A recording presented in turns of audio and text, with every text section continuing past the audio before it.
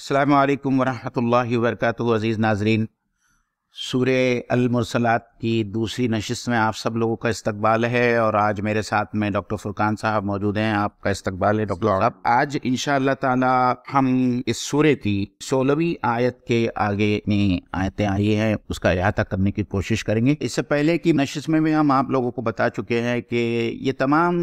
صورتیں جو یہ کے بعد دیگرے آ رہی ہے، ہم نے سورہ قیامہ دیکھی، ہم نے سورہ الدہر دیکھی، اب ہم سورہ مرسلات دیکھ رہے ہیں، اس کے بعد میں سورہ نبا دیکھ رہے ہیں۔ یہ تمام مکی صورتیں ہیں۔ ان کے مضامین پر غور کرنے سے معلوم ہوتا ہے کہ جو لوگ آخرت کے انکاری ہیں، جو اللہ کے عذاب کا انکار کرتے ہیں، ان لوگوں کو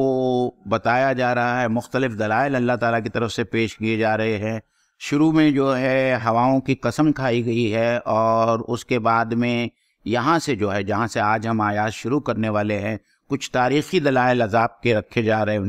ان کے سامنے۔ پھر اس کے بعد میں انفس کے کچھ دلائل رکھے جا رہے ہیں کہ اللہ تعالیٰ کس طریقے سے ہم کو مادر رحم میں ہماری پرورش فرماتا ہے، ہمارے ربوبیت کے انتظامات فرماتا ہے، اور اس کی آگے کی آیتوں میں بھی جو ہے ربوبیت کے دلائل سے آخرت کے سلسلے میں جو اللہ تعالیٰ کے جو دلائل ہے وہ رکھیں جو لوگ آخرت کا انکار کرتے ہیں۔ اور دوسری خاص بات اس سورہ کی یہ ہے کہ اس میں ایک آیت ترجیح آئی ہے، مطلب ایک ایسی آیت قرآن مجید کی مختلف صورتوں میں جو بار بار ریپیٹ کی گئی ہے، جیسا کہ فَبِأَيِّ آلَاءِ رَبِّكُمَا تُكَذِّبَانِ سورہ رحمان میں بار بار آتی ہے۔ اور ان آیت ترجیح کے لیے ہم کو یہ سمجھنا چاہیے کہ ایک بات کو اللہ تعالیٰ بار بار کیوں دہراتے ہیں۔ اللہ تعالیٰ کا ایک بار کہنا ہی کافی ہے، لیکن وہ آیت اتنی امپورٹنٹ ہوتی ہے اور اتنی اہم ہوتی ہے کہ یہاں جھٹلانے والوں کو بار بار اس بات کی تاکید کی جا رہی ہے، اس تنبیہ کی جا رہی ہے، وَيْلٌ يَوْمَئِذٍ لِّلْمُكَذِّبِينَ۔ 10 مرتبہ یہ آیت ترجیح اس سورہ مرسلات کے اندر آئی ہے، 10 مرتبہ۔ اور اللہ تعالیٰ بار بار قیامت کا انکار کرنے والے، آخرت کا انکار کرنے والے اور اللہ تعالیٰ کے عذاب کا انکار کرنے والوں کو بار بار تنبیہ کرتے ہیں کہ خرابی ہے، جہنم کی وادی ہے ان لوگوں کے لیے جو آخرت کا انکار کرتے ہیں، جو عذاب کا انکار کرتے ہیں۔ اور پھر اس سلسلے میں جو دلائل ہے وہ اللہ تعالیٰ نے پیش کیے۔ تو اب انشاءاللہ تعالیٰ اللہ کا نام لے کے ہم لوگ جو ہے آیت نمبر 16 سے بات شروع کرتے ہیں۔ اس کو آج کی جو نشست ہے ہم نے اس کو 3 حصوں میں تقسیم کیا ہے۔ سب سے پہلے اللہ تعالیٰ نے جو ہواؤں کی قسمیں کھائی اور وہ جو ہے شہادت تھی، اور اس کا جواب قسم بھی پچھلی نشست میں آیا ہے۔ اب اس کے بعد میں اللہ تعالیٰ کچھ تاریخی دلائل پڑھنے والے کے سامنے رکھ رہا ہے۔ اعوذ باللہ من الشیطان الرجیم، بسم اللہ الرحمن الرحیم۔ الم نہلک الاولین ثم نتبعہم الآخرین کذالک نفعل بالمجرمین ویل یومئذ للمکذبین۔ کیا ہم نے اگلوں کو ہلاک نہیں کیا، پھر ہم ان کے بعد پچھلوں کو لائے، یعنی اللہ تعالیٰ نے جن کو پہلے ہلاک کیا تھا اس کے بعد کی آنے والی قوموں کو بھی ہلاک کیا۔ کذالک نفعل بالمجرمین، ہم گنہگاروں کے ساتھ اسی طرح کرتے ہیں۔ یہ اللہ تعالیٰ کی ایک سنت ہے جو اللہ تعالیٰ بیان کر رہا ہے۔ وَيْلٌ يَوْمَئِذٍ لِّلْمُكَذِّبِينَ۔ پھر ان انکار کرنے والوں کو اللہ تعالیٰ دوبارہ تنبیہ کر رہا ہے، اس دن یعنی قیامت کے دن جھٹلانے والوں کے لیے تباہی ہے، بربادی ہے، جہنم کی وادی۔ جی بالکل مومن بھائی، یہ جو بات کہی جا رہی ہے ہم نے پہلے کے لوگوں کو جو ہے ہلاک کر دیا، جی، اور پھر بعد کے لوگوں، تو یہ اللہ تعالیٰ کیوں کہہ رہا ہے کہ یہ ایگزامپل کیوں دے رہا ہے کہ ہم جو ہے لوگ جو قومیں ہیں پچھلی ان کو ہم نے تباہ کر دیا؟ جی دیکھیے، پہلے تو جیسا کہ ہم نے سورہ میں دیکھا کہ اللہ تعالیٰ نے مختلف طریقے سے اپنے دلائل جو منکرین آخرت تھے ان کے سامنے رکھے ہیں، لیکن بعض اوقات یہ ہوتا ہے کہ آفاق اور انفس کی دلائل سے لوگوں پر حجت قائم نہیں ہوتی۔ لوگ سوچتے نہیں کہ آفاق میں کیا دلائل ہے اور ہمارے اپنے جانوں میں کیا دلائل ہے، لیکن تاریخی دلائل اتنے ٹھوس ہوتے ہیں جس کا انکار ممکن نہیں ہے۔ تو یہ جب قریش مکہ تھے، جب وہ سفر پر جاتے تھے، شام کی تجارتی سفر پر، تو وہ ان قوموں کے کھنڈرات کو دیکھتے تھے، تو وہ کھنڈرات کا موجود ہونا اور ایک نسل سے دوسری نسل جو ہے، یہ تمام قوموں پر جو اللہ تعالیٰ کا عذاب آیا ان کے انکار کی وجہ سے، یہ بھی لوگوں کو تاریخی حیثیت سے معلوم تھا۔ طوفان نوح کی بات مختلف صحیفوں میں آئی ہے، اور آج بھی بہت سارے انسان طوفان نوح کے بارے میں جانتے ہیں کہ حضرت نوح علیہ السلام کی قوم کو طوفان کے ذریعے تباہ کیا گیا. اسی طرح قوم عاد اور قوم ثمود کو جس طریقے سے اللہ تعالیٰ نے تباہ کیا اور جس طریقے سے ان کے اوپر عذاب آیا اپنے اپنے وقت کے پیغمبروں کی تکذیب کے وجہ سے، یہ بھی جو ہے تمام چیزیں انہوں نے سنی بھی تھی اور ان کے آثار وہ اس وقت دیکھ رہے تھے، اس لیے ان کے سامنے یہ تاریخی حقیقت رکھی جا رہی. اور دوسری چیز ان میں یہ بھی سمجھ میں آتی ہے کہ جیسے قریش یہ سمجھتے تھے کہ ہم جو ہے کعبے کے جو ہے متولی ہے، جی، تو ہم چونکہ کعبے کے متولی ہے اس لیے ہم پر کوئی اللہ کا عذاب نہیں آ سکے. تو اللہ تعالیٰ نے یہاں پر وہی چیز بتائی کہ دیکھیے ایک کنٹینیوس پیٹرن ہے کہ اللہ تعالیٰ نے مجرمین کے ساتھ دنیا میں کیا معاملہ کیا ہے، جی، اور وہ پیٹرن کنزیکٹیو ہو رہا ہے، مطلب اس میں کوئی چینج واقع نہیں ہوگا، اور اس میں قریش کوئی ایکسیپشن نہیں ہے. اور دوسری چیز یہ بھی ہے کہ جو قوم ہوتی ہے اس کو کہیں نہ کہیں لگتا ہے کہ ہم جب وہ اقتدار میں ہوتی تو ان کو لگتا ہے کہ ہم جو ہے اللہ تعالیٰ کے چہیتے ہیں یا خدا ہم کو پسند کرتا ہے، اسی وجہ سے ہم کو دنیا میں حاصل ہے. تو یہاں پہ وہ جو تیسری چیز ہے کہ دنیا کی نعمتیں جو ہے اللہ تعالیٰ کے اخلاقی قوانین ہے، انصاف کا جو قانون ہے اس کے بیچ میں نہیں آتی. دنیا کی نعمتیں تو اللہ تعالیٰ نے آزمائش کے لیے دی ہوئی ہے، لیکن جو قومیں سرکشی کا رویہ یا تگا کا رویہ اختیار کرتی ہے، اللہ تعالیٰ بہرحال ان مجرمین کو جو ہے سزا دینے میں بالکل بھی ہچکچاتے نہیں. بالکل. تو یہ دراصل میں اللہ تعالیٰ کی سنت کا بیان ہے. صاحب تدبر قرآن نے یہی لکھا ہے کہ یہ جو اللہ تعالیٰ نے یہ جو بیان کیا ہے کہ ہم نے پہلی قوموں کو بھی ہلاک کیا اور اس کے بعد میں جو قومیں آئی اور جنہوں نے انکار کیا ان کو بھی ہلاک کیا گیا، تو یہ صاف طور پر ایک تنبیہ، ایک الرٹ تھا قریش کے لیے کہ تم یہ مت سمجھو کہ تم اللہ تعالیٰ کے چہیتے ہو، جیسے تم نے کہا، یا وہ کعبۃ اللہ کے متولی تھے، تو یہ ایک ایکسیپشن ہوگا یا استثناء ہوگا. قرآن مجید میں جا بجا اس بات کی توضیح کی گئی ہے کہ اللہ تعالیٰ کی سنت کبھی تبدیل نہیں ہوتی. جو اصول اللہ تعالیٰ نے قائم کیے ہیں وہ اصول قائم رہیں گے، اور اسی لیے یہ جو آیت لائی ہے کہ کذالک نفعل بالمجرمین، مجرموں کے ساتھ میں ہم ایسا ہی معاملہ کرتے ہیں. ایک سوال میں یہاں پہ یہ بھی آتا ہے کہ قریش کا جرم کیا تھا؟ ان کو اللہ تعالیٰ نے جو ہے مجرمین کہا، تو ان کا ایگزیکٹلی جرم کیا تھا؟ ان کا سب سے بڑا جرم تو یہ تھا کہ ان کے درمیان میں آپ صلی اللہ علیہ وسلم جیسی ہستی جو ہے وہ مبعوث ہوئی، جن کی پوری زندگی ان کے سامنے تھی، اور آپ صلی اللہ علیہ وسلم نے جس طریقے سے دعوت ان کے سامنے پیش کی، اور آپ صلی اللہ علیہ وسلم کا سیرت اور کردار تھا، اور ساتھ میں قرآن جیسا صحیفہ نازل ہوا جس کے اندر بہت ہی تفصیلاً جو ہے اللہ تعالیٰ نے توحید آخرت اور رسالت کی دعوت دی ہے. اور خاص طور پر مکی صورتوں میں ہم دیکھتے ہیں کہ سب سے زیادہ توحید اور آخرت کی دعوت دی گئی ہے. یہ جو صورتیں ہم لوگ پڑھتے آ رہے ہیں تقریباً 4-5 صورتوں، اس تمام صورتوں میں جو سینٹرل تھیم ہے وہ آخرت کا ہے. اور اس کے باوجود، اور جیسا کہ ہم نے اس میں بھی لیلاف قریشین میں بھی دیکھا، اور اس میں بھی اللہ تعالیٰ نے قریش مکہ کو یہی بات بتایا کہ جس کعبے کی وجہ سے، مطلب جو توحید کا گھر تھا، مرکز تھا، اور جس کی وجہ سے ان کی زندگیوں میں خوشحالی تھی اور امن تھا، اور اس کعبے کے رب کا وہ اور آخرت کا وہ لوگ انکار کر رہے تھے، جی، اس لیے وہ مجرم. یہ بالکل صحیح کہا آپ نے کہ یہ تو ایک ہم لوگ ایک پرسپیکٹو میں ان کے جرم کو سمجھتے ہیں، جی، جو نبی کریم صلی اللہ علیہ وسلم کی دعوت کے نتیجے میں اور اس کے انکار کے نتیجے میں وہ مجرم ہوئے. جی، لیکن اس مجرم بننے کے عمل کو سمجھنے کا ایک دوسرا پرسپیکٹو بھی وہ یہ ہے کہ انسان جب آخرت کا انکار کرتا ہے تو اس کی زندگی میں اتنے زیادہ ظلم اور گناہ شامل ہو جاتے ہیں کہ وہ حقیقی طور پر مجرم ہی رہتا ہے. مطلب وہ اخلاقی طور پر اتنے حقوق کو پامال کر رہا ہوتا ہے اور زمین پر وہ فساد، فتنہ اور ظلم برپا کر رہا ہوتا ہے کہ وہ انسان جو ہے ایک طرح کا مجرم ہے. اب اور اس میں یہ بھی چیز ہم کو سمجھنی چاہیے کہ ہوتا یہ ہے کہ جب تک کہ انسان آخرت کو نہ مانے تو اس کے اندر احساس جواب دہی پیدا نہیں ہوتا.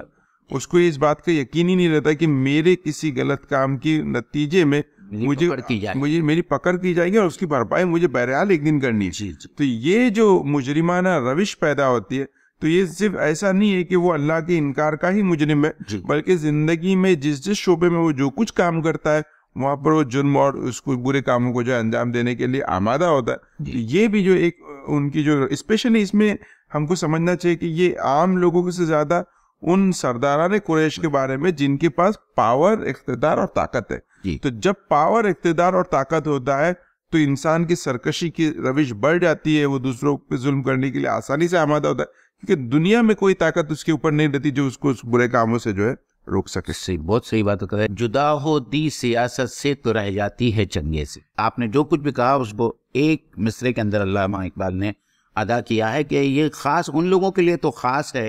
اور ہمارا یہ مشاہدہ رہا ہے ڈاکٹر صاحب کہ جب تک جواب دہی کا احساس نہیں ہو آدمی کے اخلاق، کردار اور سیرت درست نہیں ہو سکتی. وہ ہمیشہ جو ہے وہ ایسے ایسے کام کرے گا، دنیا میں فساد فی الارض کا خالق ہوگا یا دنیا میں فساد کرائے گا، کیونکہ وہ سمجھتا ہے کہ جواب دہی نہیں ہے، یہاں ہی جینا ہے اور یہیں ختم ہو جانا ہے، اس کے بعد میں کوئی دوسری زندگی نہیں. اس لیے ایک ڈسپلن لائف کے لیے آخرت کا تصور بہت ضروری ہے، اور اس کے بغیر کوئی ڈسپلن زندگی کے اندر نہیں آ سکتا، چاہے وہ مسلمان ہو یا چاہے وہ دوسری قومیں ہوں جن کے پاس میں آخرت کا کوئی تصور نہیں ہے. ٹھیک ہے، تو یہ بہت پیاری بات کہی آپ نے. انشاءاللہ تعالیٰ اس سے میرے خیال سے تمام لوگوں کو سمجھ میں آیا ہوگی کہ یہاں مجرمین کیوں کہا گیا ہے. تو وہ نہ صرف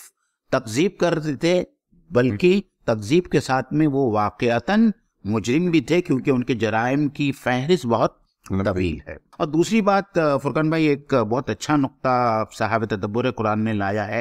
کہ یہ جو دنیاوی عذاب ہوتا ہے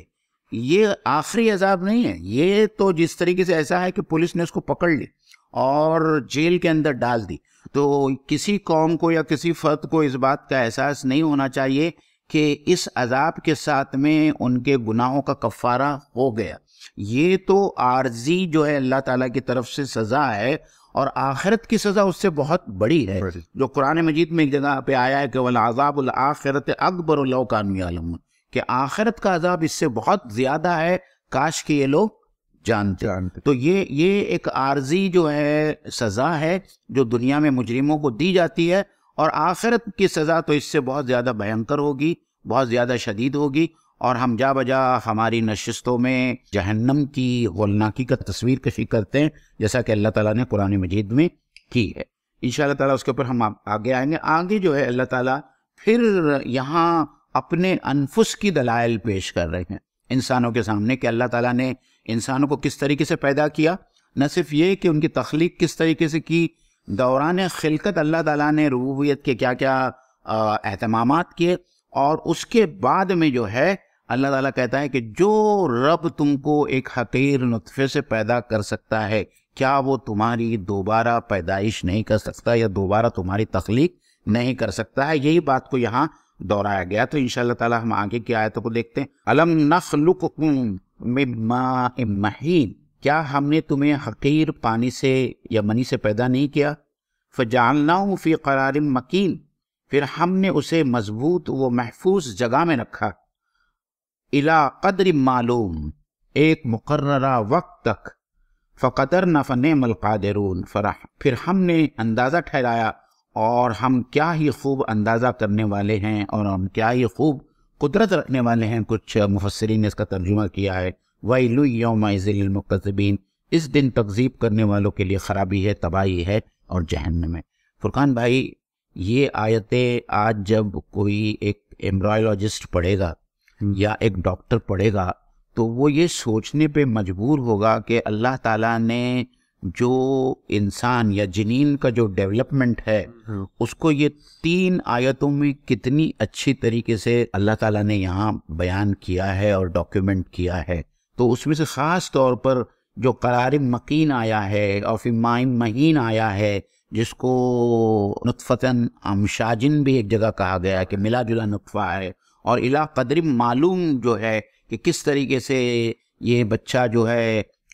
ایک خاص وقت تک جو ہے ماں کی رحم میں ہوتا ہے اور پھر اللہ جب چاہتا ہے اس کو باہر نکالتا ہے. یہاں اللہ تعالیٰ نے 9 مہینے یا 7 مہینے کا ذکر نہیں کیا، کیونکہ جو جسٹیشن پیریڈ ہوتا ہے وہ ہر بچے کا الگ الگ ہوتا ہے. تو میرے خیال سے ڈاکٹر ہونے کی حیثیت سے اس کے بارے میں آپ اور کیا تفصیل سے بات؟ اس میں ایک بات جو ہم نقطہ پہلے سے ہم جو پڑھتے آ رہے ہیں کہ تکذیب حق کی کیا ریزن ہوتے ہیں کہ جب حق کی بات پیش کی جائے تو انسان اس کا انکار کیوں کرتا ہے. تو اس کی پہلی بنیادی وجہ یہ ہے کہ انسان اس ذوم میں مبتلا ہوتا ہے کہ کوئی بہت بڑی چیز یا بہت بڑی توب یا کوئی بہت بڑی حیثیت اس کی اس کائنات کے اندر ہے. تو اللہ تعالیٰ نے وہ حیثیت کو اللہ تعالیٰ سب سے پہلے ڈیفائن کر رہے کہ بھائی دیکھو تم کو ہم نے پیدا کس چیز سے کیا. تو پہلی چیز تو یہ کہ آپ کو اگر حق کو قبول کرنا ہے تو اس کے لیے ضروری ہے کہ آپ تواضع کو اختیار کریں, اور تواضع کو اختیار کرنے کے لیے کہ ہم حقیقت کو جان لیں کہ ہماری حیثیت اس کائنات میں کیا ہے, ہمارا سٹارٹنگ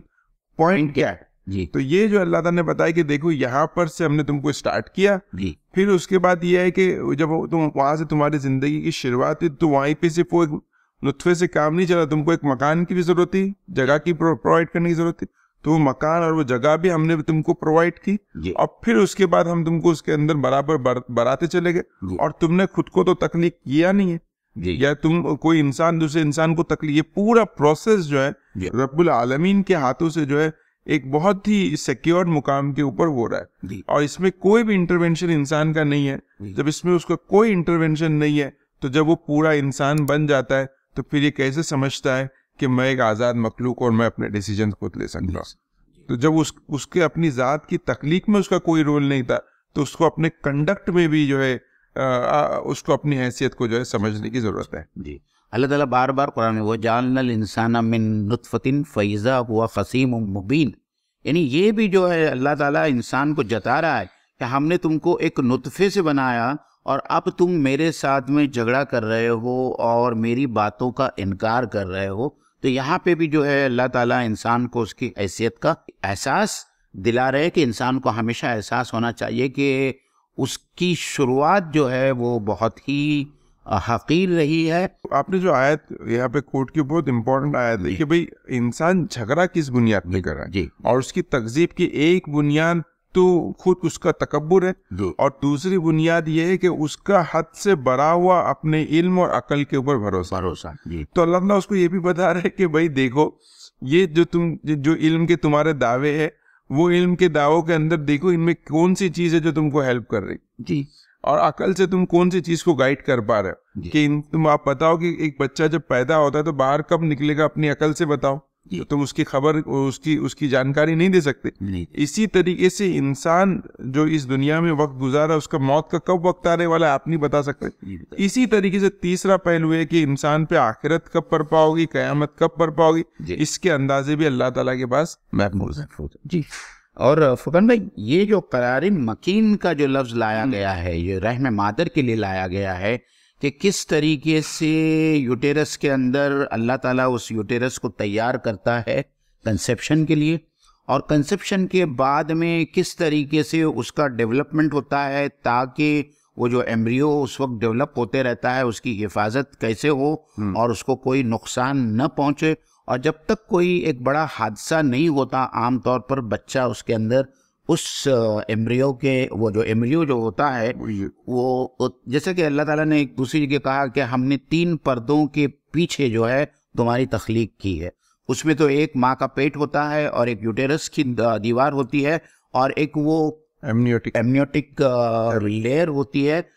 جو جس کے اندر بچہ جو ہے جس جھلی کے اندر لپٹا ہوتا ہے, اور پھر اس کے ساتھ میں ایمنیوٹک فلوئڈ ہوتا ہے جس کے اندر یہ بچہ محفوظ ہوتا ہے. تو اللہ تعالیٰ نے اس بچے کی تخلیق یعنی انسان کی تخلیق کے لیے کتنا اہتمام کیا ہے, اور یہ باتیں 1400 سال پہلے اللہ تعالیٰ نے بیان کی ہے, جب کہ اس وقت نہ مطلب یہ جو ایمبریو ہوتا ہے جو پہلا زائگوٹ جو بنتا ہے جو نطفے اور مادہ بیدے کی دونوں کے کنسیپشن سے یا ملنے سے فرٹیلائزیشن کا عمل ہوتا ہے, وہ اتنا چھوٹا ہوتا ہے کہ وہ بغیر خوردبین کے دیکھا نہیں جا سکتا. تو ہم اس کی مدد سے یہ بھی کہنا چاہتے ہیں ناظرین کو کہ اس زمانے میں جب سائنس نے اتنی ترقی نہیں کی تھی, یہ تو ایمبرائیولوجی نے آج اتنی ترقی کی, اس کے بعد میں یہ تمام حقائق ہمارے سامنے آ رہے ہیں, تو ہم کو کہیں یہ بھی سمجھنا چاہیے کہ قرآن سائنس کے ساتھ میں مطابقت ہے قرآن اور سائنس میں, اور جہاں مطابقت نہیں ہے وہاں سائنس میں وہ پروون چیز نہیں ہے. تو اس سے اس بات کا بھی پتہ چلتا ہے کہ آج سے 1400 سال پہلے اللہ تعالیٰ نے وہ تمام سائنسی حقائق کو اس طریقے سے بیان کیا ہے جو آج سائنس اس کو ثابت کر رہی ہے. تو اس کا ایک سیدھا اور سادہ مفہوم یہ ہے کہ یہ ظاہری بات ہے کہ کوئی انسانی کلام نہیں ہو سکتا، یہ اللہ تعالیٰ کی طرف سے نازل کلام ہے. اور اسی بات کو سمجھتے ہوئے اور نوٹس لیتے ہوئے آج بہت سارے دنیا کے اندر بہت سارے سائنٹسٹ ایسے ہیں جنہوں نے قرآن کو ایک الہامی کتاب قرار دیا ہے، اور اس میں کیت مور ہے اور اس میں مورث بقائلے ہے، اور یہ بہت سارے سائنٹسٹ ہیں جنہوں نے اسلام کی حقانیت کو قبول کیا اور جو دائرے اسلام میں داخل ہوئے. جی، اس میں دوسری چیز یہ ہے کہ جو جگہ ہے جہاں پر وہ بچہ پرورش پا رہا ہے، جس قرار مقیم کہا گیا ہے، اس کی خاصیت بھی دیکھیے کہ وہ اس بڑھتے جنین کی اس تمام تر ضروریات کا پورا اس کو وہاں پر نیوٹریشن بھی پہنچ رہا ہے، اس کو وہاں پر آکسیجن بھی پہنچ رہا ہے. پھر اس کے ساتھ ساتھ جیسا وہ فیٹس گرو ہو رہا ہے، وہ مکان جو ہے وہ جگہ جب بڑھتے جاتی ہے، مطلب یہ کہ کہیں پر بھی اس کو کوئی ڈسکمفرٹ ہونے نہیں دیا جاتا. مطلب اللہ تعالیٰ جو ہمارا رب ہے، پروردگار ہے، وہ ہر موقع کے اوپر ہماری تمام تر ضروریات کو سب سے بہتر انداز میں کیٹر یا اس کو جو ہے پورا کر رہے. وہ کس لیے کر رہے ہیں؟ اس لیے کر رہے کہ ہم باہر نکل کے اللہ تعالیٰ کا انکار کریں، یا اس لیے کر رہے کہ جب ہم باہر نکلے تو اللہ تعالیٰ کے شکر گزار بننے میں. تو یہ جو ہے ہم کو ایک سوچنے کی جو ہے اس میں ضرورت ہے. اور فرقان بھائی، یہ جو ہے نا الا قدر معلوم جب میں نے پڑھا نا تو مجھے یکایک یہ اسٹرائک ہوا کہ کس طریقے سے اللہ تعالیٰ جو ہے، اللہ تعالیٰ کی کتاب فصاحت، بلاغت اور حقانیت کی علم بردار ہے. یہاں اللہ تعالیٰ نے جو ہے کسی معین وقت کی بات نہیں کی. یہاں قدرنگ معلوم، مطلب جتنا وقت اللہ تعالیٰ چاہتا ہے اس فیٹس کو ماں کے رحم میں رکھتا ہے. کبھی کبھی یہ ہوتا ہے کہ بچہ 9 مہینے کے بعد میں پیدا ہوتا ہے، اور 9 مہینے میں بھی جو ہے وہ مختلف جسٹیشن پیریڈز ہوتے ہیں، کتنے ہفتوں کے بعد میں ہوتا ہے. کبھی جو ہے نیچرل ڈیلیوری نہیں ہوتی تو سیزر کرنا پڑتا ہے، سی سیکشن کرنا پڑتا ہے اور بچے کو باہر نکالنا پڑتا ہے. اور پھر کچھ پریمیچر بچے بھی پیدا ہوتے ہیں. تو ان تمام جو یہ ہے ڈیوریشن ہے، اس کو اللہ تعالیٰ نے احاطہ کر لیا ہے صرف اس ایک چھوٹی سی آیت میں کہ الا قدر معلوم، کہ اس کا اندازہ وہ کتنا وقت وہ فیٹس ماں کے رحم میں رہے گا یہ صرف اللہ تعالیٰ کو معلوم ہے، اور یہ کسی کو معلوم نہیں، انسان کو بھی نہیں معلوم ہے. مطلب آج سولوگرافی جو ہے اتنی یہ ہو گئی ہے، ایڈوانس ہو گئی ہے، اس میں صرف ہم جسٹیشن کے پیریڈ اور بچے کا ڈیولپمنٹ کیسا ہو رہا ہے وہی بتا سکتے ہیں، یا ایک ٹینٹیٹیو ڈیٹ جو ہے ہم اس کو اختیار کر سکتے ہیں، لیکن اس کے بارے میں ہم کچھ نہیں کر سکتے کہ واقعی میں اس ٹینٹیٹیو ڈیٹ پہ بچے کی ڈیلیوری ہوگی یا نہیں ہوگی، اور ویدر اس کی ڈیلیوری نارمل ہوگی یا اس کو سیزر سے باہر نکالا جائے گا اگر کچھ کمپلیکیشنز پیدا ہوتے ہیں. جی بالکل. عموماً اس میں اس آیت کا ایک طریقہ سمجھنے کا تو یہ ہے قدر معلوم ہے کہ وہ وقت جو اس کی ڈیلیوری کا ہے وہ صرف اللہ تعالیٰ جانتا ہے، یا وہ قدر کا معاملہ ہے، یا اس کی تقدیر کا معاملہ ہے جس کو اللہ کے سوا کوئی نہیں جانتا. اور اسی آیت کا جو دوسرا ٹرانسلیشن ہے، ایک ٹرانسلیشن جو جناگری صاحب نے کیا، ایک مقررہ وقت کے پیرائے میں اس کو جو ہے ڈیفائن کیا ہے، اور دوسرا ہے کہ معلوم اندازے کے مطابق. مطلب کہ یہ کہ اللہ تعالیٰ بتا رہے کہ یہ جو بچہ باہر نکلتا ہے اس کے نکلنے کا جو فیصلہ ہوتا ہے یہ الٹپ نہیں ہوتا، بلکہ اس کے کچھ پیرامیٹرز ہے جس کے اوپر چیز ڈیسائیڈ کی جاتی ہے. اس کے کچھ میتھمیٹیکل کیلکولیشن ہے جو صرف اللہ کو معلوم ہے، اور بہرحال کل انسان بھی معلوم کر سکتا ہے. تو وہ پیرامیٹرز پہ جب وہ چیز پہنچ جاتی ہے ان ٹرمز آف کہ بچے کا میچوریشن کتنا ہے، ماں کا قوت برداشت کتنی ہے، اور پھر کیا وہ جو مکان جہاں پہ بچہ رکھا گیا وہ وہاں پہ اس کو کوئی نقصان پہنچ سکتا ہے، ان تمام چیزوں کو فیکٹر ان کرنے کے بعد ایک ڈیسیجن قدر معلوم ایک پیمانہ ہے جس کے تحت اس کو سب جانچا جاتا ہے اور اس کے بعد ایک ڈیسیجن لیا جاتا ہے. مطلب اللہ تعالیٰ کے جو فیصلے ہیں اس کے اندر بھی کیلکولیشن اور اس کے اندر بھی میتھس انوالو. اور آپ کو جان کے یہ حیرت ہوگی کہ اگر آپ کسی فزسسٹ کو سنیں گے تو وہ یہ بولتے ہیں کہ دنیا میں سب سے حیرت انگیز چیز یہ ہے کہ دنیا میں یا پوری کائنات میں ہونے والے واقعات کو میتھمیٹیکل کیلکولیشن سے بیان کیا جا سکتا ہے. اور یہاں پر وہ بات کہی جا رہی کہ یہ قدرن معلوم ہے کہ یہ اندازے کے مطابق کیا جاتا ہے, ایک اس کا کوئی کیلکولیشن ہے اور اس کی ایک ایکویشن ہے. اسی لیے کوئی فزسسٹ کہتا ہے کہ گاڈ از اے میتھمیٹیشین, کہ جو ہر چیز کو کیلکولیٹ کر کے جو ہے چیزوں کو جو ہے طے کرتا ہے. تو یہاں پر ایک پرسپیکٹو سے اس آیت کو سوچنے کا یہ بھی ہے کہ یہ قدرن معلوم ہے, یہ کوئی الٹ فیصلے نہیں ہے, یہ اللہ تعالیٰ کے اندازے مقرر کیے جس کے حساب سے جو دنیا میں فیصلے کیے جاتے ہیں. اور فرقان بھائی یہاں سمجھ آپ کا کیا خیال ہے, فنعم القادرون یہاں دوبارہ اللہ تعالیٰ نے یہ بات کیوں رکھی کہ ہم جو ہے زبردست قدرت رکھنے والے, میں صاحب قدرت ہیں ہم, تو یہ کس کو بتایا جا رہا ہے اور کیوں یہ اس آیت کو کیوں لایا گیا ہے خاص طور پر تکذیب کرنے والوں کے لیے؟ جی بالکل. ابھی یہاں پر وہ پورا پروسیس بیان کیا جا رہا ہے جہاں پہ انسان کی شروعات جو ایک حقیر پانی سے ہو رہی ہے, جو انسان کے جسم پہ گرے تو اس پہ گھن آتی ہے, لیکن وہاں سے پروسیس ہو کر ایک بچہ نکلتا ہے جس سے انسان محبت کرتا ہے. تو جہاں سے ایک انسان کو کوئی چیز جو ناپسند ہے وہاں سے ایک پسندیدہ چیز میں وہ کنورٹ ہو جاتا ہے, اور اس پورے پروسیس کو اللہ تعالیٰ ایک ایسے اندھیرے میں چھپی ہوئی جگہ پر جہاں روشنی بھی نہیں ہے وہاں پر اللہ تعالیٰ اس پروسیس کو انجام دے رہے ہوتے. تو اللہ تعالیٰ بتا رہا ہے کہ دیکھیے کیسے مقام پر ہم کیسی عمل کو انجام دیتے ہیں, اور ہم بے شک اس بات کی جو ہے پوری قدرت رکھتے ہیں. تو اللہ تعالیٰ کہیں یہ بھی کہنا چاہتے ہیں کہ, اور یہ ہم کو سمجھنا چاہیے کہ جس طریقے سے اللہ تعالیٰ نے ایک حقیر منی یا ایک اسپرم سے ایک اتنا بڑا, مطلب ایک نطفہ اتنا چھوٹا ہوتا ہے کہ ایک انزال میں 40 کروڑ نطفے اسپرمز ہوتے ہیں, اس میں سے صرف ایک اسپرم ایک سیل کے ساتھ میں ملتا ہے اور اس سے 5.5 فٹ کا ایک انسان تیار ہوتا ہے. تو اللہ تعالیٰ, جو لوگ آخرت کا انکار کرتے ہیں اور جو لوگ اس بات کا انکار کرتے ہیں کہ اللہ تعالیٰ مرنے کے بعد میں دوبارہ ان کو پیدا کرنے پر قابل نہیں ہے, نعوذ باللہ من, یہاں اللہ تعالیٰ ان سے کہتا ہے کہ جو رب تم کو اتنے ایک حقیر نطفے سے ایک 5.5 فٹ کی جسامت رکھنے والا ایک انسان بناتے ہیں, وہی رب تم کو دوبارہ پیدا کرنے پر کیوں کر قدرت نہیں رکھ سکتا. تو یہی بات, اور جو لوگ جھٹلا رہے ہیں ان کو واپس تنبیہ کی جا رہی ہے وَيْلٌ يَوْمَئِذٍ لِّلْمُكَذِّبِينَ, کہ اس دن قیامت کے دن یہ تمام باتوں کو جھٹلانے والوں کے لیے بڑی تباہی. جی بالکل. اب یہاں پہ جو ریپیٹیشن ہے اس میں بہت سارے مفسرین کہتے ہیں کہ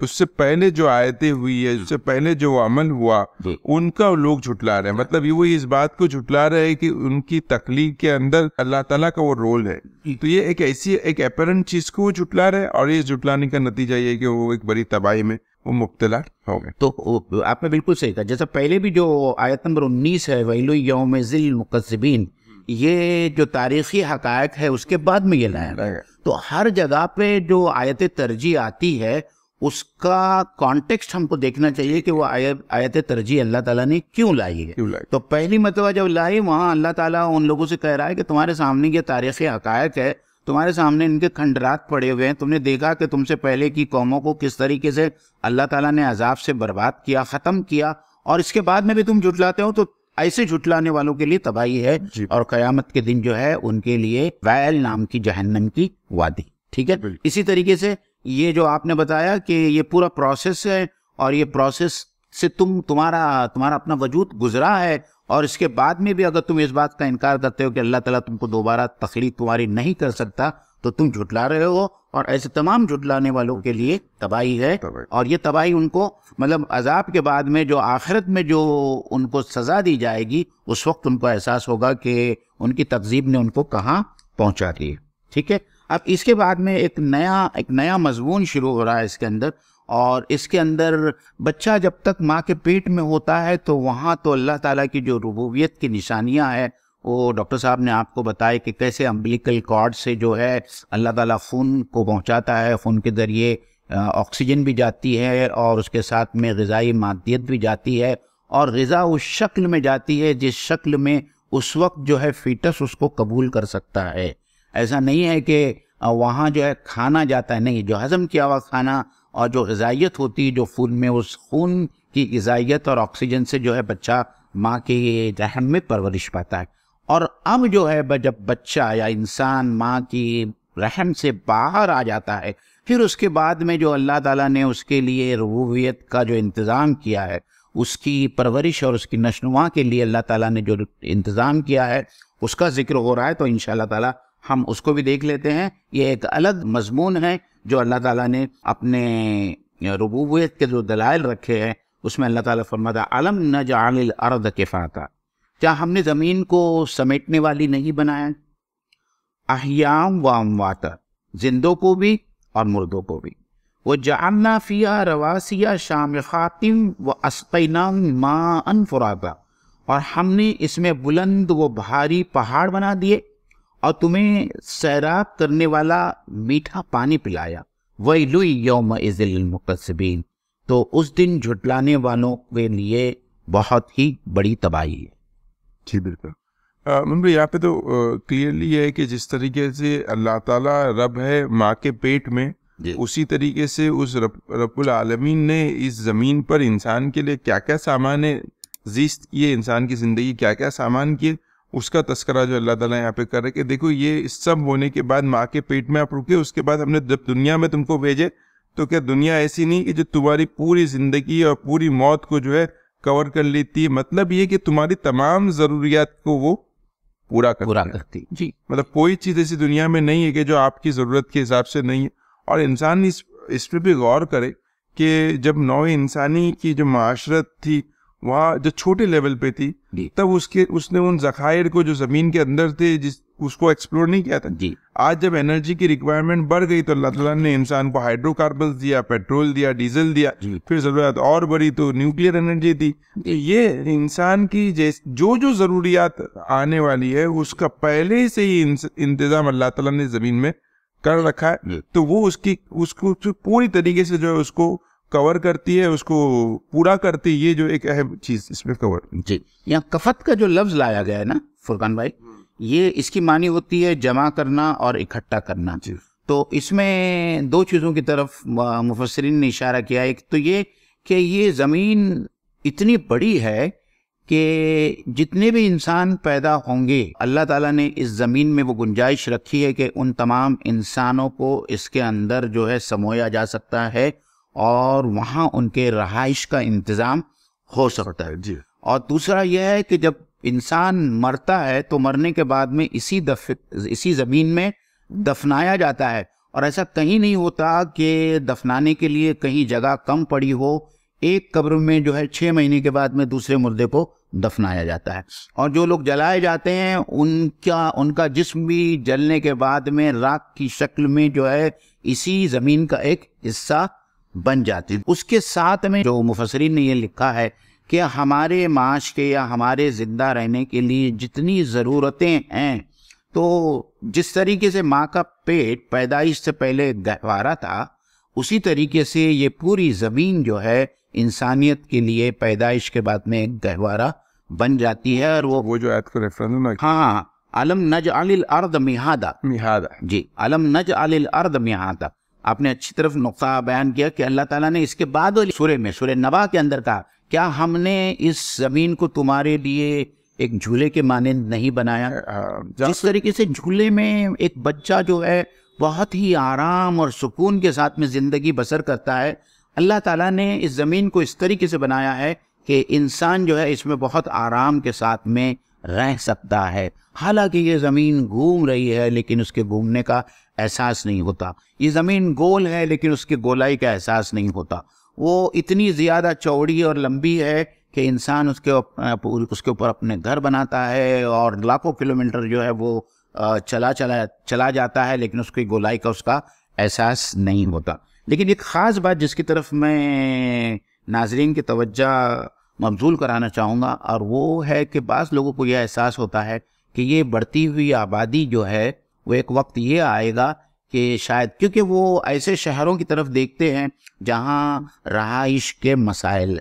جیسے بمبئی ہو گیا یا جو میٹرو شہر ہے یا دنیا کے جو دوسرے بڑے بڑے شہر ہے جہاں بہت سارے لوگ ایک چھوٹی سی جگہ پہ آباد ہو گئے ہیں، جہاں پاپولیشن ڈینسٹی بہت زیادہ ہے، تو اس کو دیکھنے کے بعد میں انسان جس کا علم کامل نہیں ہے وہ یہ سمجھتا ہے کہ ایک وقت یہ آئے گا کہ آبادی اگر اسی طریقے سے بڑھتی رہی تو زمین کے اندر رہنے کے لیے جگہ کم ہو جائیں گی. لیکن یہ بات جو ہے ہماری اپنی کم علمی کی بنیاد پر ہے. دنیا میں ایسے کئی خطے ہیں، جیسے آسٹریلیا کو آپ دیکھ لیجئے، جو لوگ آسٹریلیا میں رہتے ہیں وہاں کی پاپولیشن جو ہے ڈینسٹی اتنی کم ہے کہ وہاں آپ میلوں میلوں سفر کر جائیے ایک شہر سے دوسرے شہر میں تو راستے میں کوئی ایک گھر آپ کو نظر نہیں آتا. یہی حال کینیڈا کا ہے اور یہی حال دوسرے ممالک کا ہے جہاں پاپولیشن ڈینسٹی بہت کم ہے. تو صرف چند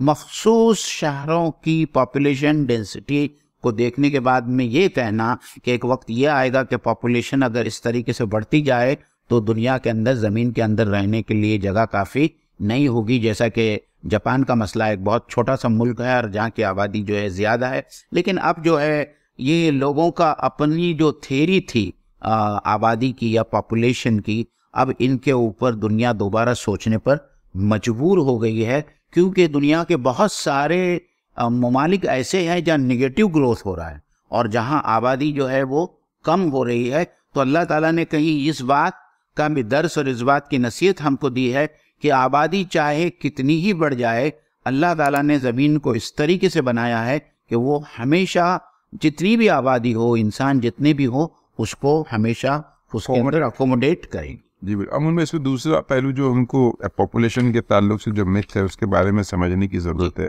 کہ ہوتا یہ ہے کہ لوگوں کو سہولتیں فراہم کرنا اور ان کو زندگی کے اچھے مواقع دینا, یہ ایک پولیٹیکل کلاس کا کام ہوتا ہے کہ جو لوگوں کا انتظام کرتے ہیں, معیشت, معاشرت, تو یہ بیوروکریٹس اور ایڈمنسٹریشن کا کام ہوتا ہے. لیکن ہوتا یہ ہے کہ جب وہ لوگ اس کام کو اچھے طور پر نہیں کر پاتے تو پھر اس کے لیے ان کے لیے ایک آسان طریقہ ایکسکیوز یہ ہوتا ہے کہ ہم تو بہت کچھ کر رہے ہیں لیکن پاپولیشن اس طریقے سے بڑھ رہی کہ ہم ان ضروریات کو جو ہے پورا نہیں کر پائے, جو کہ بالکل ہی غلط طریقہ ہے لوگوں کو مس گائڈ کرنے کا. مطلب آپ پور اس لیے ہو کہ آپ تعداد میں زیادہ ہے, تو پھر یہ لاجک کسی بھی طریقے سے جو ہے صحیح نہیں ہے اگر آپ اس کو تھوڑا گہرائی میں اس کا مطالعہ کرے گا. اور دوسرا جو پہلو ہے وہ یہ ہے کہ انسانی آبادی کا نان سسٹینیبل لائف سٹائل, کہ آج جو لائف سٹائل انسان گزار رہا ہے جس کی وجہ سے زمین اور آسمان دونوں طرف پولیوشن ہے, زمین میں بھی بہت زیادہ پولیوشن ہے, پانی میں بھی پولیوشن ہے, تو یہ اس کا ریزن جو چیلنجز انسان فیس کر رہا ہے پاپولیشن سے ریلیٹڈ, وہ پاپولیشن سے زیادہ لائف سٹائل سے ریلیٹڈ ہے. کہ انسان نے اپنی ضروریات زندگی کو اتنا پھیلا دیا ہے کہ اب ایک انسان جو ہے اتنے زیادہ کیمیکلز یوز کر رہا ہے کہ اس کے نتیجے میں جو ہے زمین میں جو ہے فساد برپا ہو رہا ہے. تو دونوں جو ریزن ہے, ایک تو یہ کہ غریبی کا جو رونا رویا جاتا ہے اس کا تعلق بھی پاپولیشن سے نہیں, اور پولیوشن کا جو رونا رویا جاتا ہے اس کا تعلق بھی آبادی سے نہیں بلکہ وہ آبادی جو چیز کنزیوم کر رہی, کنزیومرزم سے جو ہے اس کا تعلق ہے. آپ نے بہت صحیح کہا, ایک بات کہی کہ آبادی جو ہے دراصل میں مین پاور جو ہے ایک بہت بڑا ریسورس ہے. اگر اس کو آپ صحیح طریقے پر استعمال کریں تو یہ آپ کے ملک کی خوشحالی اور اس کے پروگریس کا ضامن بن سکتی. اور اس کی ایک بہترین مثال چائنا ہے کہ آج چائنا جس طریقے سے وہ کمپٹیشن میں سامنے آیا ہے اور وہ اپنے ہیومن ریسورس کو بہت اچھی طریقے سے استعمال کر رہا ہے, اور اسی لیے چائنیز اکانومی بھی بڑھ رہی ہے, ان کا ملک بھی ترقی کر رہا ہے اور وہاں خوشحالی ہو رہا ہے, اور خوشحالی ہو رہی ہے. اس کے مقابلے میں وہ لوگ جیسے انڈیا ہے, یہاں پاپولیشن بڑھ رہی ہے لیکن مین پاور کو اس طریقے سے استعمال نہیں کیا جاتا. آج ان امپلائمنٹ ہندوستان کا ایک سب سے بڑا مسئلہ ہے, اور اس کی وجہ وہی ہے کہ ہمارے جو لوگ اقتدار میں ہے وہ اس مسئلے کا برابر حل نہیں کر پاتے. اس میں ایک بہت سمپل یہ ہے کہ پاپولیشن پیرامڈ ہوتا ہے. یہاں پہ نیچے جو ورکنگ پاپولیشن ہے اگر ینگ ہے اور بوڑھی پاپولیشن کم ہے تو یہ ورکنگ پاپولیشن یہ ایج اولڈ پاپولیشن کو سپورٹ کرے. لیکن جب پاپولیشن کم ہونے لگتی ہے تو یہ پیرامڈ ریورس ہو جاتا ہے. اس میں نیچے ورکنگ پاپولیشن کم ہو جاتی ہے اور جن کو سپورٹ کی ضرورت ہے اولڈ ایج پاپولیشن بڑھ جاتی ہے. تو ایسی اکانومی جس کے اندر برڈن زیادہ ہو وہ پراسپر نہیں کر پاتی. تو ہوتا ہے کہ امیجیٹلی جیسے پاپولیشن کم ہونے لگتی ہے تو بہت تیزی کے ساتھ ملک کے تمام تر پیرامیٹرز کم ہو جاتے اور وہاں پر رہنا ناممکن ہے. اس لیے آپ دیکھو گے کہ یورپ کی اکثریت کنٹریز باوجود اس کے کہ وہ جو ہے براؤن پیپل کو پسند نہیں کرتے, وہاں سے امیگریشن کو الاؤ کر رہے ہیں کیونکہ ان کو معلوم ہے اگر ہم نے امیگریشن نہیں کیا تو جو لوگ ہمارے بوڑھے ہو جائیں گے ان کا دھیان رکھنے کے لیے نہ ہمارے پاس پیسہ ہوگا نہ لوگوں کو. صحیح. اور یہی بات ہے کہ آج کل امیگریشن کے جو قوانین ہیں اس میں بہت ریلیکسیشن لایا جا رہا ہے, اور ہم جانتے ہیں کہ جس طریقے سے کینیڈا آسٹریلیا کے اندر آج کل پرماننٹ ریسیڈنسی کے جو پرمٹس مل رہے ہیں, اور بہت سارے جو ہے انڈینس اور دوسرے ساؤتھ ایشین کنٹریز کے لوگ جو ہے وہاں امیگریٹ ہو رہے ہیں. اس کی وجہ یہی ہے کہ ان کے پاس میں اب نوجوانوں کی جو آپ نے جو پیرامڈ کا جو ذکر کیا اس میں نیچے کا حصہ جو ہے کم ہو گیا ہے اور اوپر کا حصہ بڑھتے جا رہا ہے. تو ایک انورس پیرامڈ بن رہا ہے اور اس مسئلے کو حل کرنے کے لیے they are forced to get manpower from other countries. اس کے بعد میں اللہ تعالیٰ نے کہا کہ احیاء و امواتا. تو یہ زمین کے بارے میں جو کہا گیا ہے کہ یہ سمیٹتی ہے, یہ اکوموڈیٹ کرتی ہیں زندوں کو بھی اور مردوں کو بھی. اور پھر اللہ تعالیٰ نے کہا وَجَعَلْنَا فِيهَا رَوَاسِيَ شَامِخَاتٍ وَأَسْقَيْنَاكُم مَّاءً فُرَاتًا. اور پھر ہم نے اس زمین کے اندر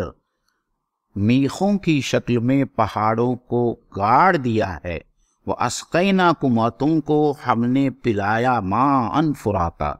بہت ہی میٹھا پانی. تو یہاں پہاڑوں کا ذکر آیا ہے اور پہاڑوں کا ذکر جس طریقے سے لایا گیا ہے یہ ایک جیوگرافیکل اور ٹوپوگرافیکل فنامنا ہے جو آج سے 1400 سال پہلے کسی کو نہیں معلوم تھا. اللہ تعالیٰ نے جا بجا جس طریقے سے آگے بھی جو اللہ تعالیٰ نے کہا والجبال اوتادا سورہ نبا کے اندر آئے کہ ہم نے پہاڑوں کو جو ہے میخوں کی شکل میں گاڑا ہے. فرقان بھائی یہ بہت زبردست بات ہے جو لوگوں کو سمجھنا چاہیے. لوگ عام طور پر یہ سمجھتے ہیں کہ پہاڑ جو ہم کو سامنے نظر آتا ہے ویسا ہی پہاڑ. اس کی مثال ایسے ہی ہے جیسے کہ آئس برگ جو ہے اس کی ٹپ 1/10 جو ہے پانی کے اوپر ہوتی ہے لیکن 9/10 جو ہے وہ آئس برگ جو ہے نیچے ہوتا ہے. اسی طریقے سے جو جیولوجسٹ ہیں وہ کہتے ہیں کہ پہاڑ جتنا اوپر ہوتا ہے اس سے زیادہ اس کی جڑ زمین کے اندر تحت اس کے زمین کے نیچے کے ہوتی ہے. یہ اس لیے ہوتی ہے کہ یہ زمین جو ہے یہ پہاڑ جو ہے زمین کی اوپری تہہ کو سٹیبل کرتے ہیں. اگر یہ پہاڑ نہ ہو تو زمین کی سطح جو ہے وہ متزلزل ہوگی اور بار بار اس کے اندر زلزلے آئیں گے اور یہ تہیں جو ہے وہ سرکتی رہے گی. اور اس کو اسٹیبلٹی دینے کے لیے اللہ تعالیٰ نے اس میں پہاڑ کو گاڑا ہے اس لیے کہ انسان جو ہے آرام سے اور چین سے اور سکون سے جو ہے اس کی جو سطح ہے اس سطح کے اوپر رہ سکے. جی بالکل ٹھیک ہے. اور وہ اسقیناکم ماء فراتا, اس بات کو سمجھنے کی ضرورت ہے کہ زمین 1/3 ہے اور سمندر 2/3 ہے. اور پانی کے ذخائر جو ہے یہ جو سمندر ہے یہ دراصل کھارا پانی کا ذخیرہ ہے. اس میں سے کس طریقے سے اللہ تعالیٰ جو ہم نے واٹر سائیکل کا بیان آج سے کچھ نشست پہلے آپ کے سامنے رکھا تھا کس طریقے سے اللہ تعالیٰ حرارت کے ذریعے جو ہے اس میں سے افخارات ویپر اٹھتے ہیں, پانی کے ویپر اٹھتے ہیں, ہوائیں اس کو اوپر لے کر جاتی ہے, وہاں اتنے ٹھنڈے مقام پر یا اس فاصلے پر یا اس بلندی پر لے کر جاتے ہیں جہاں بادلوں کے اندر کنڈنسیشن کا عمل شروع ہوتا ہے اور چھوٹے چھوٹے قطرات نمودار ہوتے ہیں, وہ مل کر جو ہے پھر بارش ہوتی ہے. اور یہ بارش جو ہوتی ہے یہ پانی جو ہوتا ہے وہ میٹھا پانی ہوتا ہے. اور اللہ تعالیٰ نے انسانوں سے مخاطب ہو کر کہا گیا تھا کہ کیا تم شکر نہیں کرتے ہیں کہ اللہ تعالیٰ تم کو آسمان سے میٹھا پانی برساتا ہے. کیا ہوتا اگر اللہ تعالیٰ آسمان سے برسنے والے پانی کو بھی کھارا کر دیتا, تو پھر تم میٹھا پانی کہاں سے لاتے؟ اسی میٹھے پانی سے جو ہے دریا, جھیل, چشمے جاری ہوتے ہیں اور جس سے ہم کو ہمارے کیچمنٹ ایریا میں جو ہم پانی کو جمع کرتے ہیں اور وہاں سے ہمارے پانی کا سپلائی آتا ہے. اگر یہ بھی اگر کھارا ہوتا تو ہم پانی کس طریقے سے پیتے اور کس طریقے سے زندہ وہ رہتے. اور اسی کو سوال بنا کے اللہ تعالیٰ انسانوں سے پوچھتا ہے کیا اس کے بعد میں بھی تم اللہ تعالیٰ کا شکر ادا نہیں کرو گے؟ تو یہ سب کہنے کے بعد میں پھر اللہ تعالیٰ یہاں ویل یومئذ للمکذبین لا رہا ہے کہ میں نے تمہارے اس دنیا میں رہنے کے لیے ربوبیت کے جو انتظامات کیے ہیں, تمہارا زندہ رہنے کے لیے, تمہارے خوشحالی کے لیے, تمہاری پرورش اور نشوونما کے لیے کیا کیا میں نے انتظامات کیے ہیں. تو کیا تم اس کے بعد بھی میرے ربوبیت کا انکار کرو گے, میری قدرت کا انکار کرو گے؟ اور اگر تم انکار کرتے ہو تو ایسے انکار کرنے والوں کے لیے تباہی. جی بالکل. میرے خیال سے اس کے ساتھ میں جو ہے ہم آج کی نشست یہاں ختم کرتے ہیں اور انشاءاللہ تعالیٰ آگے کی نشست میں جو ہے ہم اس سورے کے آگے کے آیتوں کا احاطہ کریں گے. اللہ تعالیٰ سے دعا ہے کہ اللہ تعالیٰ ہم کو اللہ تعالیٰ کا شکر گزار بندہ بنائیں اور اللہ تعالیٰ کی ان آیتوں کو اور اللہ تعالیٰ کی ان نشانیوں کو سمجھنے اور آخرت پر جو یقین ہونا چاہیے، جس قسم کا یقین ہونا چاہیے، اللہ تعالیٰ ہمارے دلوں میں آخرت کا وہ یقین پیدا کرے کہ ہم اس کے ہوتے ہوئے کبھی بھی زندگی میں ایسی روش اختیار نہ کرے جو ہماری دنیاوی اور اخروی تباہی کا باعث بنے۔ اللہ تعالیٰ سے دعا ہے کہ اللہ تعالیٰ ہم سب کو توفیق دے اور ہمارے اس چینل کے ساتھ میں جڑے رہیں۔ انشاءاللہ تعالیٰ آپ سے ملاقات اگلے جمعرات کو ہوگی۔ السلام علیکم ورحمۃ اللہ وبرکاتہ۔